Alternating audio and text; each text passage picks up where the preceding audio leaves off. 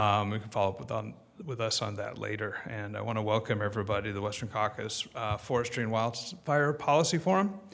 When I first started doing Western Caucus stuff years ago, wildfire was kind of not on the agenda. It was just a little it was a worry about watersheds, was where it started. And as this fire season has grown over the past few years, it has become, I would say, one of the top 5 issues for Western Caucus members in dealing with this wildfire issue, and then the forestry management program to keep healthy forests behind it to reduce the threat of wildfires. So I started off EarthX as a cable channel we worked with, and they are, and on satellite and on the internet, produced a series on wildfires. It's called America Forest Fires. And then I just kind of wanted to start with that. Pedro, if you can kind of move to the clip. Just kind of put things in perspective. Certainly when you're here in DC and not out west on the ground, this give you a little perspective of the wildfires and the issue, and kind of just kind of a visual clip to see what the problem is and see how people out west feel about it. So Pedro, you want to go with that? Well, I love the Salmon River and the Klamath River, but probably my favorite place is the South Fork of the Trinity. It's just almost magical. Big ferns, giant old growth trees, a shaded river where we swam as children and then took our own children there, and then they took their children there, and it's gone. It's like the death of a family member.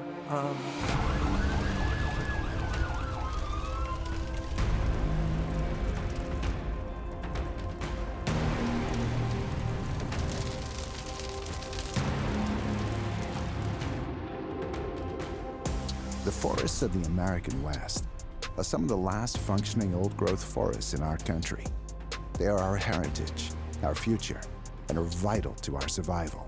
But they are deeply in trouble. You know, we call a mega fire over 100,000 acres. That was usually a every century event, and now it's almost every year. We're dealing with 10-year rolling average of 61,000 fires a year, 7 to 10 million acres burned. We're getting ready to burn some of this area so hot that it's going to cook the soil and it'll never be good for anything again. Yeah, if we don't think about how to prepare for these inevitable fires and the loss of these forests, if we don't do this now, we're not going to have those forests for future generations.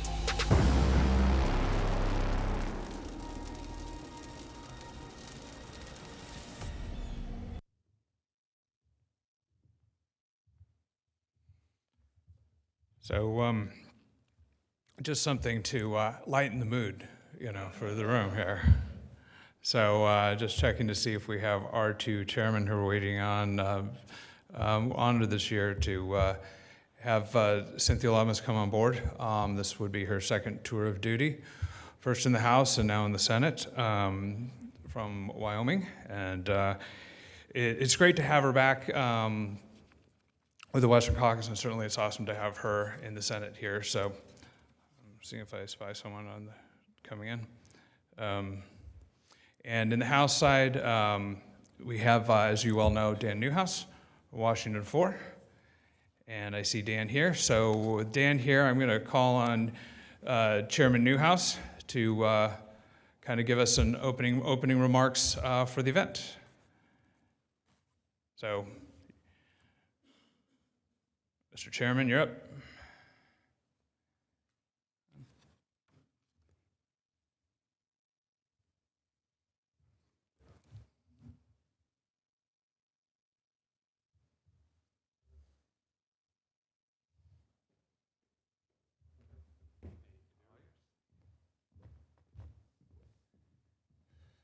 Good afternoon, everybody. Sorry I'm late. You know, some people tell me we need a good pandemic to keep the elevators available to us at the stairways and everything. You can relate to that. There's a lot of the public is in our people's house, which is the way it should be. But thank you very much. Appreciate you all taking the time to be here to talk about some very, very important issues. I'm from the West, the great state of Washington. We've got a phenomenon that people have never heard of until just a few years ago. At least I hadn't. Have you ever heard of the term smoke taint before? I'm a farmer. We raise wine grapes. And you would think that a smoky Chardonnay might be good, but let me tell you, it's not. One of the things that, one of the impacts of wildfires in the West is the impact not only to human health, but plant health as well. And that impacts a lot of the products that we produce throughout the United States. I also raise hops on my farm. I can tell you that smoky tasting beer is not so good either. So if you didn't have enough reasons already to be a part of this summit, to be a part of the solution to how we can better manage our forests, better fight wildfires, catastrophic wildfires, you've got a couple more things to put in your arsenal. A lot of challenges that we face. I've been at this job for 8 years now. We're on my 9th year. And when I was first campaigning for office in 2014, we were having truly catastrophic summer in the state of Washington. The fire season was one of the worst on record, but it's been beat since then even. And if you drive around looking at some of the forests in my state, you can see that we're not out of the woods, so to speak, yet either. We have a tremendous problem in front of us. And we don't need things that hold us back from doing our job. We're trying as much as possible to make sure that the agencies in charge have the tools they need, that the industry has the tools it requires to do a good job. We're trying as best we can to keep the tools in place, such as the fire retardant that we depend on to keep catastrophic fires in check.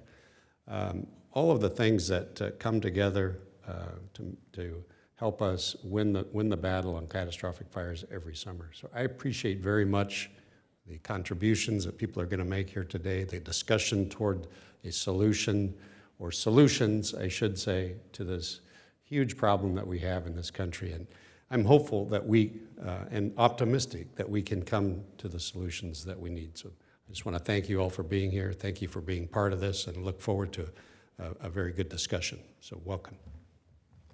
Daryl.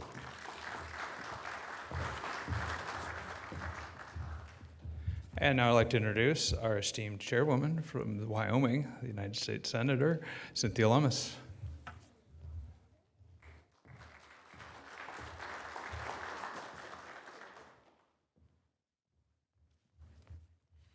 Good afternoon, and thank you for participating in this Forestry and Wildfire Policy Forum. So important to our states. It's an honor to be with the chairman of the House Western Caucus. Dan and I got to serve together in the House, and he's a wonderful chairman and a fine advocate for Western issues. My state of Wyoming is home to more than 9 million acres of forest on federal land, and it's spread across 8 different national forests. In some ways, I wish that we would follow the same format as the Bureau of Land Management and have our states be the boundaries. But such is not the case, so it spreads us out very thin in terms of our ability as states to participate in forest planning. Our national forests are huge economic drivers for our states. They're a huge driver of tourism. Hundreds of thousands of people from across the country and around the world flock to our natural forests, our national forests. Campers and hikers, guides and outfitters, that's a huge business in Wyoming. And they rely heavily on public access to national forests. It's critically important in terms of holding snowpack in the national forests in the high country as long as we can before they melt and go down the Colorado River, for example. It provides for natural storage of water in our drainages. It provides for clean air and clean water that are critically important to the United States. I don't think people understand how much natural, well-managed forests can contribute to clean air, clean water, and the issues that are so important to the environmental community and to everybody's quality of life. But these forests can only continue to contribute to our economy and to our important environmental issues in our way of life if they're properly cared for, properly managed, properly maintained, and properly harvested with a conservation ethic in mind. Now, during the past decade, because of the bark beetle, the pine beetle epidemic, millions of trees were destroyed, and it swept through Wyoming and other western states like mad. That epidemic peaked in 2010, but its impacts are just incredible. Wildfires, too, have taken an incredible toll in recent years. In 2020, the Mullen Fire, one of the largest wildfires on record in Wyoming, burned more than 170,000 acres of timber in south central Wyoming. And that was in an area where we had also had tremendous damage and weak forests because of the bark beetle and extended drought. And that is why national forests and holding the snowpack for as long as we can in these national forests, in a healthy forest, are so important. Common sense management requires common sense approaches. That's why I'm proud to introduce legislation which would exempt federal land management agencies like the Forest Service and the BLM from needing to have a permit to use aerial fire retardant when fighting wildfires. Furthermore, there's an ongoing lawsuit filed by environmental activists, and they allege that the Forest Service is violating the Clean Waters Act by not obtaining permits from the EPA before using aerial fire slurry. That is the definition of insanity, and extreme environmental groups are pushing these kinds of agendas, and if they're implemented, it'll be calamitous in states like mine. Have you ever been in Wyoming lately where the wind's blowing 35 miles an hour most of the time? That's how fast those fires move. Wyoming has also been left out of the Forest Service 10-year firefighting plan again. I joined my colleagues in the Wyoming federal delegation in sending a letter to Secretary Vilsack and U.S. Forest Service Chief Randy Moore requesting that Wyoming not be excluded from the Forest Service's 10-year plan. I can't believe we got left out. We pointed out that 4 million acres, nearly half of Wyoming's total forested land, is at high risk to wildfire. Additionally, my home state of Wyoming has 263,000 acres of state-managed forest trust lands. And it's all commingled with federal forest and private land. When I was a director of state lands in Wyoming, there was a fire, and I got up to the fire site, and it was on my land. And we had the firefighters camped on my land, and it's just so commingled. You cannot fight a fire in Wyoming without cooperation among the feds, the state, and the private sector and local firefighting groups. These issues are extremely important to our nation, and certainly extremely important in the western states, where federal land is so predominant and so commingled with our private land and our state land. So I'm really grateful for this event. I thank the Western Caucus Foundation for putting this forum together. I thank Dan Newhouse for his leadership on these issues. When it comes to federal land management, our national forest should be at the forefront of all discussions and considerations. So your involvement in these issues is important. We look forward to having you share your knowledge so we can better manage our national forests. Thank you.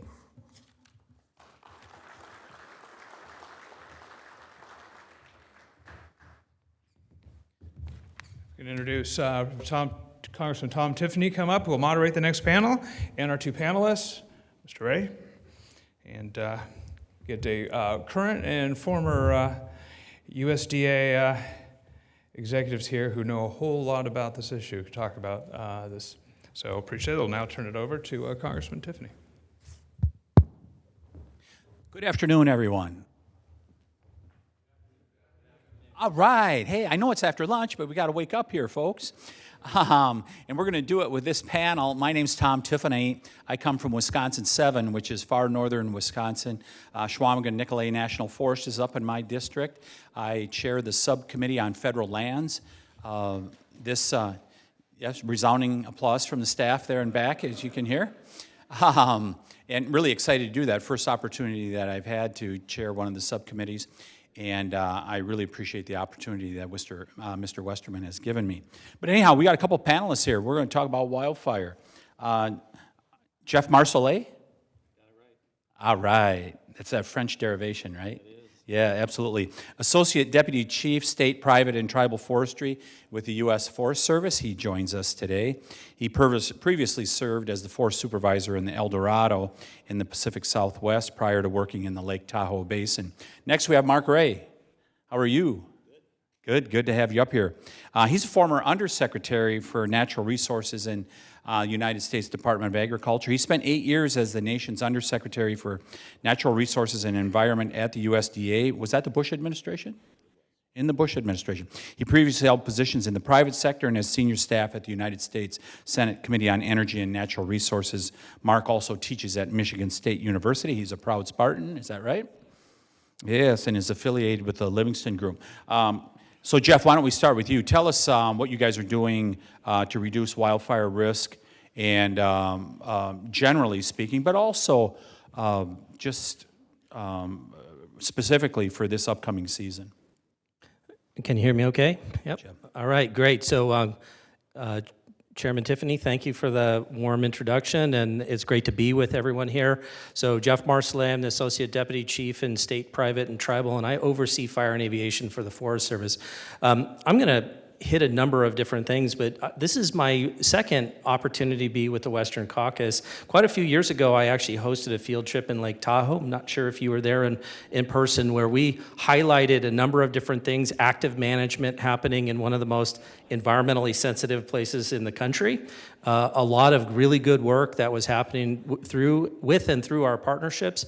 And we had also on display the use of a categorical exclusion, a 10,000 acre CE that Congress had given the authority for the Forest Service, and talked a lot about the effectiveness. So my roots run deep, not just on the fire side, but also on the end of doing the work on the ground.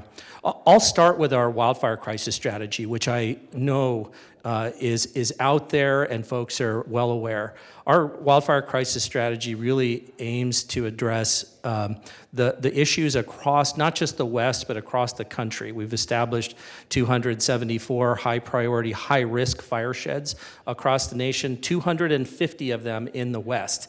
So not surprisingly, where we see most of the wildfire activity, we're putting a lot of emphasis. We also have established 21 priority landscapes, and those 21 priority landscapes are our starting point for moving the significant resources of the Bipartisan Infrastructure Law and Inflation Reduction Act onto the ground where they can make a real difference. Those 21 landscapes represent 45 million acres across the country, and will tackle problems in 134 of the 250 fire sheds in the West. So big moves afoot around that effort that we're making in the West. We put over $900 million of resources on those grounds. And the really great thing about the priority landscapes, so we're not just working in the priority landscapes, so we're working all across the West. I want to make that clear. States like Wyoming and others are getting significant resources just outside the frame of a priority landscape. But what the value of those priority landscapes are to the country is that they're helping us break the barriers of efficiency issues. So we're using them to pilot, if you will, the various changes and the various things we need to do administratively to continue to increase the pace and scale. I'll give you just one example. We have a significant number of resources that we use to fight fire in the summertime under contract. Some 400 Type 2 crews. If you track how we order the crews, a Type 2 crew is a crew that has high capability but may not be able to be put in the most treacherous of the terrain. We've now adjusted our own contracts to allow for those same Type 2 crews that fight fire in the summertime to do work on those same landscapes and across the West in service to prescribed fire and other things. And that was an idea that was born out of one of those 21 landscapes as a way for us to increase our capacity and get things done on the ground. So I could talk all day around this, and so I'll jump to another kind of key subject, because you asked a question about resource capability, and I'll kind of hit some high marks around that. You know, our agency aspires to hire about 11,300 firefighters every year. And last year we were 97% of that in terms of total hiring. As you know, the job market is difficult. The work of fighting fires is dangerous and difficult. And so, you know, we've done some things this year to try to up our game around that, but we're shooting to have another 11,300 firefighters on the ground. We've had some new hiring events that we've hosted in California, direct hiring events in places like Redding and Clovis, California, where we've been able to walk in and walk out of a session where we've identified quite a few folks that would not have been reached otherwise. And then our full complement of aircraft, as you would expect. You know, some 24 air tankers, more than 200 helicopters, a tremendous number of call when needed ships, and miscellaneous other aircraft. Super scoopers, light fixed wing, lead planes, air attack, all those kinds of typical resources I think we'll have in the lineup for the year. I want to end on one kind of key move, if you will, that we've made this year, and we're pretty excited about it. Dave Tenney is up in the front of the audience, and he represents the National Alliance of Forest Owners, and you may have seen we have recently completed and signed an MOU with the National Alliance of Forest Owners to expand our capacity. So those private timber companies that are operating in the West, in the forest, conducting work on private lands, having them help us with initial attack. That MOU was completed earlier in the month, and we're starting to work out some of the sub-geographic agreements that are necessary to truly operationalize that. So I could touch on a number of different things. I'm sure there's going to be room for lots of questions, but those are some of the kind of key high points. Thanks so much, Jeff. And so Mark Ray, tell us, if we're going to isn't it important to promote healthy forest management in order to reduce wildfires? I talk all the time about conservation, management, rather than this preservationist mentality that's gotten us all into this trouble. Go ahead, Mark. Thank you, Mr. Chairman. And it is important to talk about that, but it's more important to not stop talking about it. It's a continuous discussion, because what we're trying to do is educate a broad public about what has to happen, and what has to happen not once, but over time. So I'm going to make a few remarks about both fuels treatment and about wildfire response, and I'll try to be brief so that we can respond to your questions. I think what you saw from the video that we saw, and I think you'll see other snippets of it, is that the situation is grave, but I would say that the response to the situation is getting better and is improving significantly, but it isn't going to change overnight. With respect to fuels treatment, the important thing to remember is that once isn't enough. It's not like a vaccination that maybe you get 1 or 2 doses of and you're immune from the problem. Trees grow back, fuels grow back. It's an ongoing effort that has to be maintained once it's started, or the progress is lost. The good news is that it gets cheaper over time, because the level of fuel loads that have to be removed if maintenance is continued will be progressively less, and less expensive means can be employed. The second thing is that treating areas around communities, the wild and urban interface, isn't enough. No matter that appears to be the preference of many of the participants in the debate today. Today, given the fuel loads that we have in many places, we're dealing with fire intensities and flame lengths that are such that they can send sparks 2 miles ahead of a fire front. So you can treat the area around a community and still lose it to fire if a very intense fire is approaching the community and blows right through the area that you've treated. Additionally, there are other values, watershed values, that require treatment that aren't in the wildland-urban interface. And the third thing I would say about fuels treatment is that the new authorities Congress has provided over the last 2 decades have been helpful, but they have to be refreshed and augmented. What I mean by refreshed is that every time Congress passes measures that environmental groups or others object to, those measures are challenged in court. And when they're challenged in court, sometimes they're dulled. Their effectiveness is reduced. And Congress will have to come back and deal with that situation, just as they are trying to do now with the so-called Cottonwood litigation that vitiates some of the tools that Congress previously gave the land managing agencies to do fuels treatment work. Because all three branches of government are involved in this, and we may not like what the judiciary does, but short of keeping them from doing it, we're going to have to be able to respond and refine what occurs in the face of adverse judicial decisions. Additionally, all levels of government and all hands have to be involved in this. The MOU with private landowners is great. That will hopefully address the suspicion in some of their minds that the federal land managing agencies haven't been aggressive enough in fire response, which I'll talk about in a minute. But this is an all-hands kind of enterprise if it's going to be successful. And the fact that the states are now involved through the Good Neighbor Authority that Congress provided, that private landowners are now going to be involved, that other interests that you couldn't have got interest in this a decade ago are becoming involved, like the insurance industry and how they write policies for new development, are all going to be necessary for this to come to a successful conclusion. So that's the fuels treatment side of this.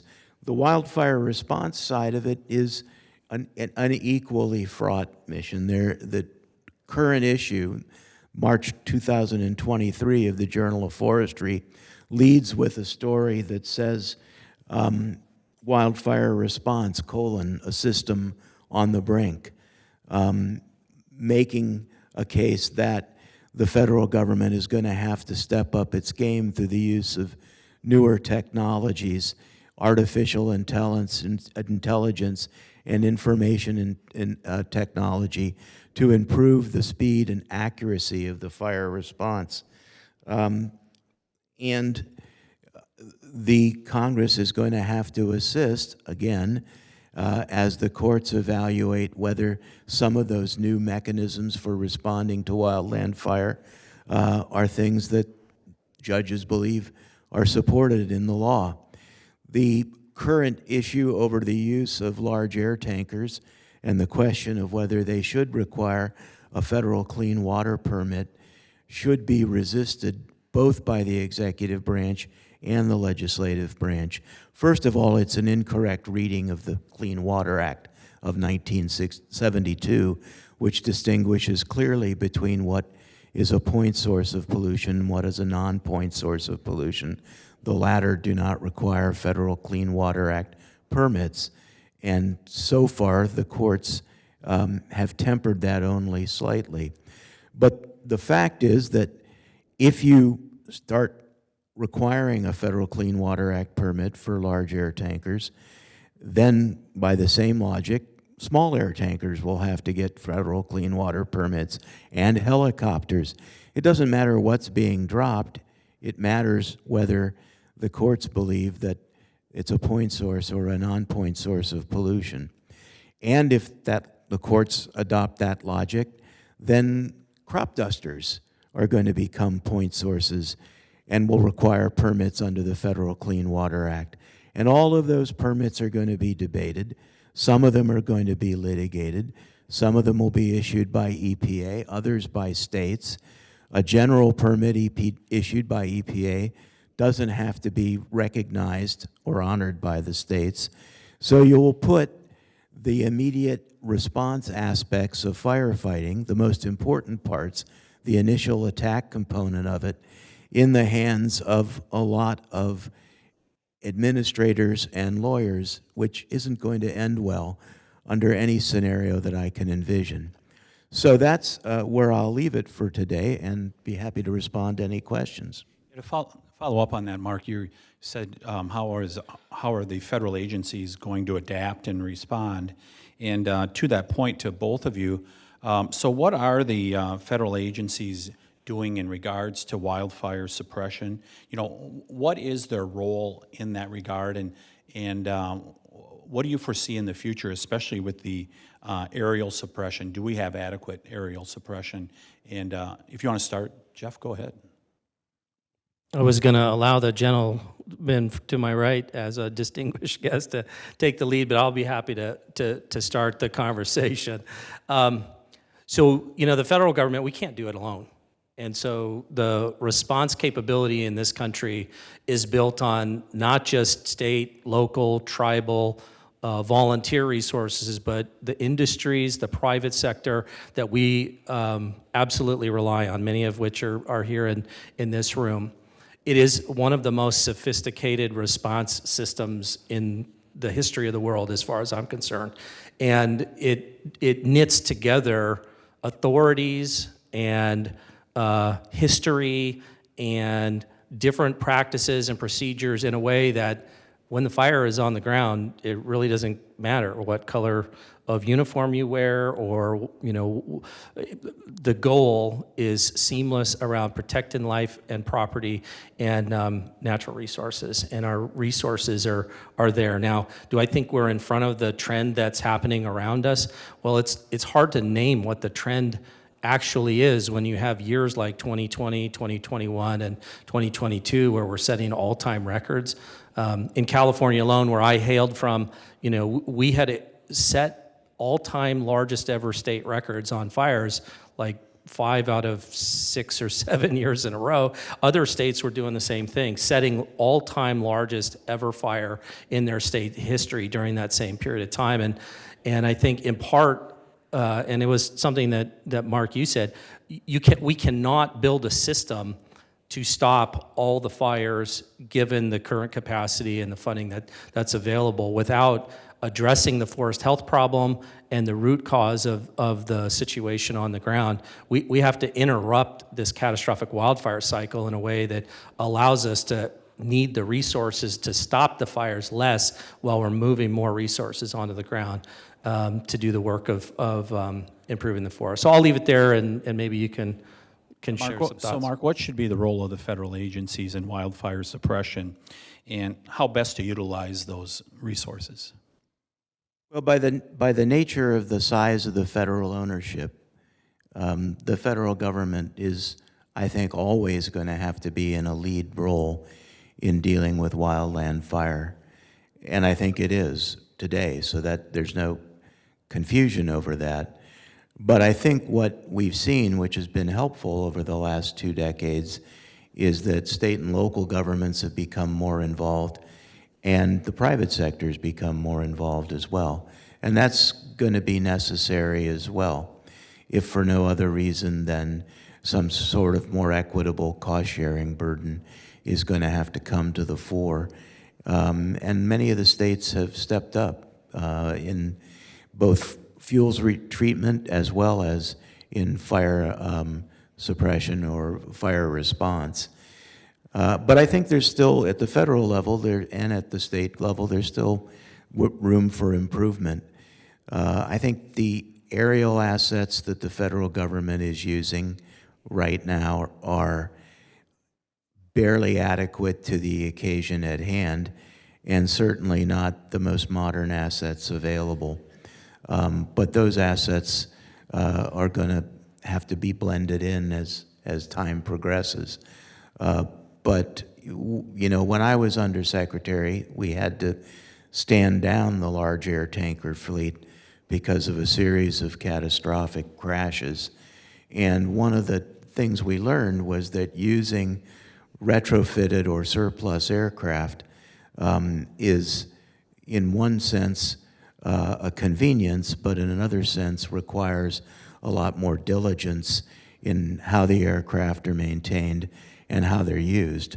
And we're still using, by and large, retrofitted aircraft as the backbone of both the federal and most of the state fleets. So I think while that's working to an extent so far, the clock is ticking on that. And there's going to become a time when airplanes that were built for other purposes are going to have to be phased out because their service life limit is reached. Yeah, sounds good. So Dave Tenney's in the audience, and Dave, if you want to come on up and talk a little bit about that memorandum of understanding that Jeff just alluded to, go ahead and use that mic right there if you want to, Dave. Dave's with the National Association of Forest Owners. It's great to have you here. Why don't you talk a little bit about that MOU?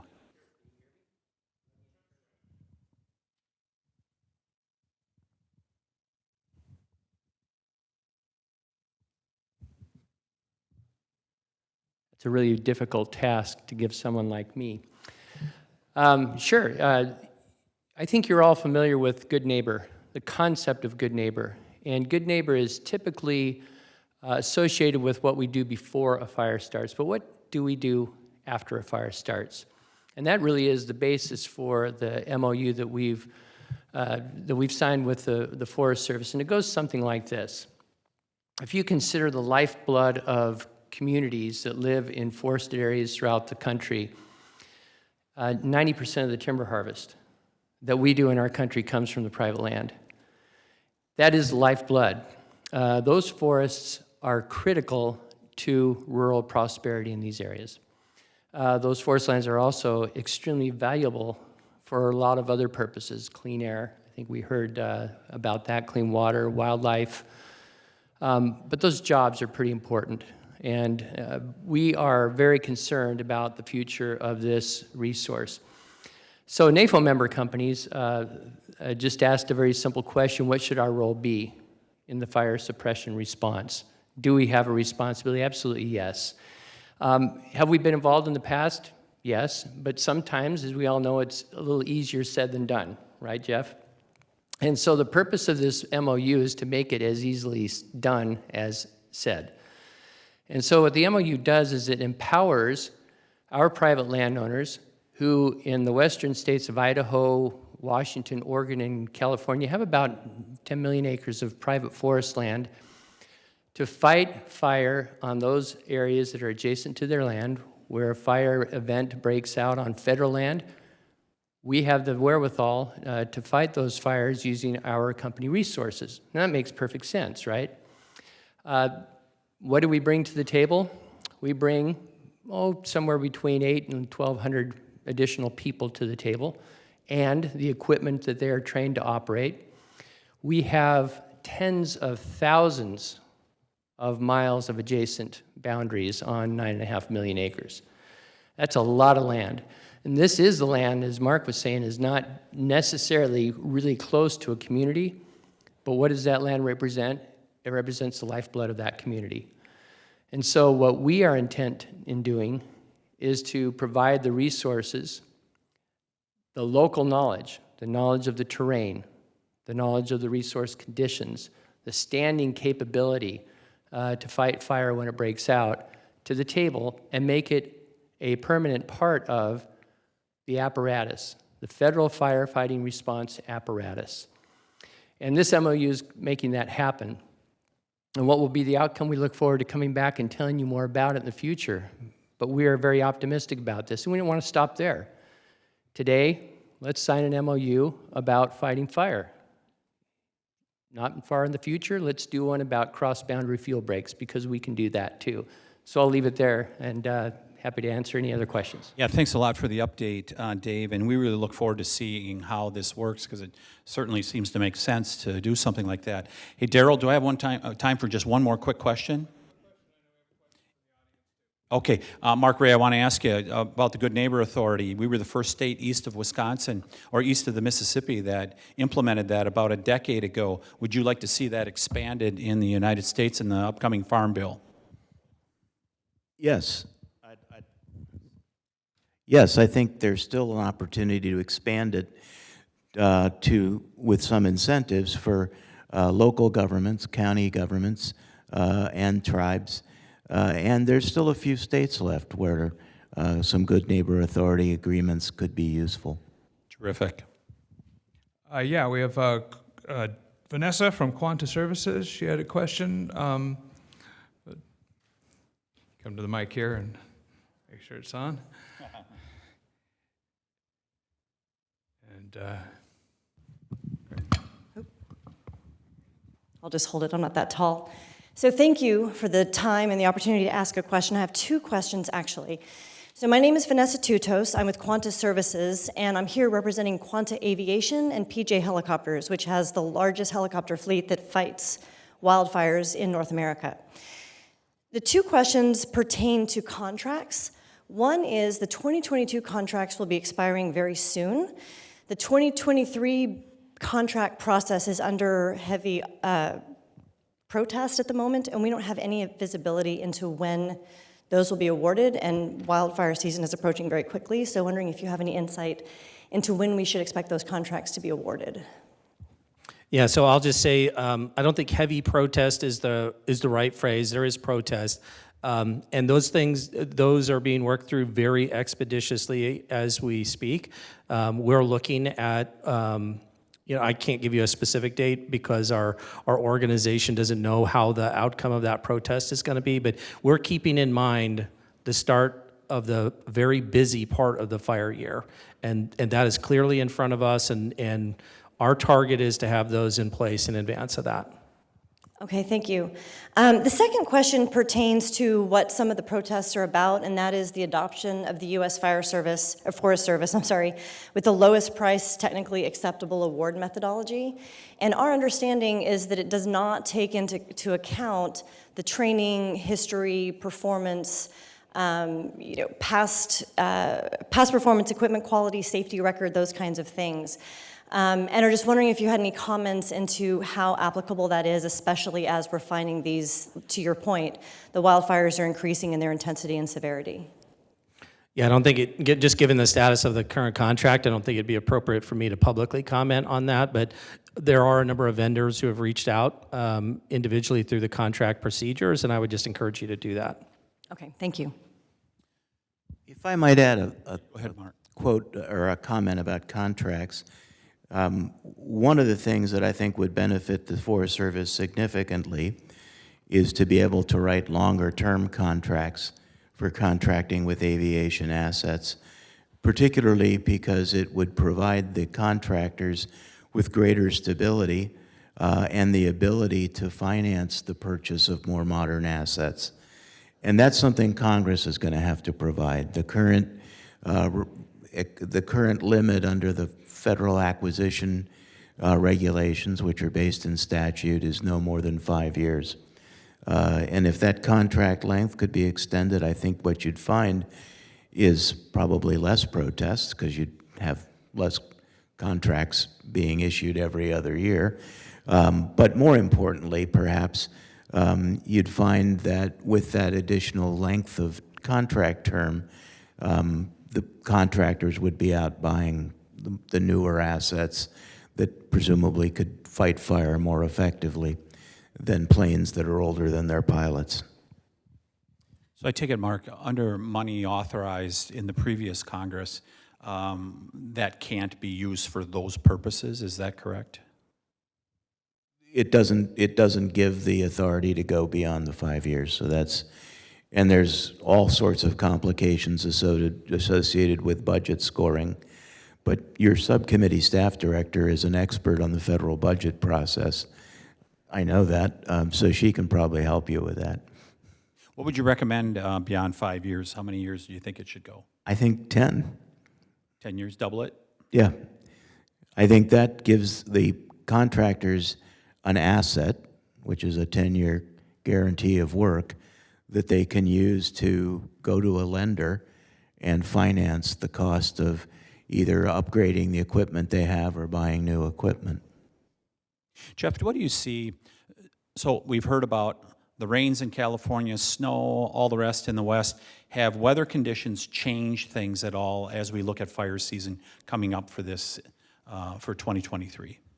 It's a great question. So if I gave you the prediction, I could, sort of generalize, but the rains we saw in the West did not hit like Southern Plains, Florida, Georgia, and so there's a number of places in the country that for the next couple of months we'll see higher than average or above normal kinds of predictive for significant fire growth.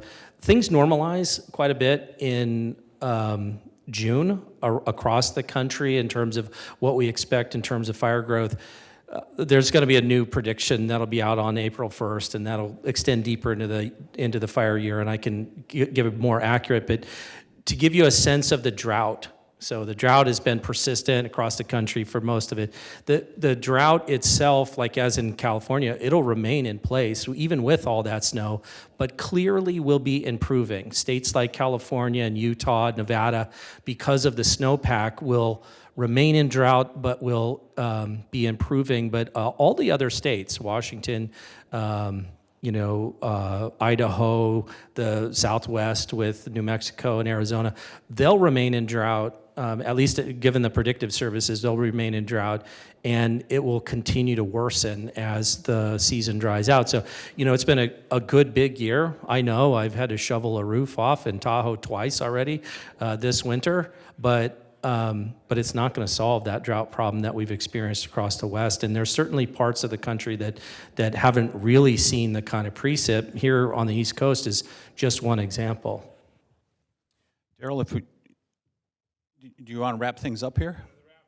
All right. We're going to wrap it up. First of all, I want to thank Jeff and Mark for coming up here and joining us for this little discussion. Hope it's helpful in some small way. We really wish the forest owners, the national forest owners, good luck with this memorandum of understanding. Hopefully it's a way that we can begin to break through with some of the management concerns that we have on our forest lands and get the West back on track in regards to that, and hopefully we can get some companies to put even more investment into building sawmills and processing facilities and stuff like that we've lost over the last few decades, because it's going to take them also in order to be able to consume that wood that is out there. But thank you, gentlemen. Good to have you here.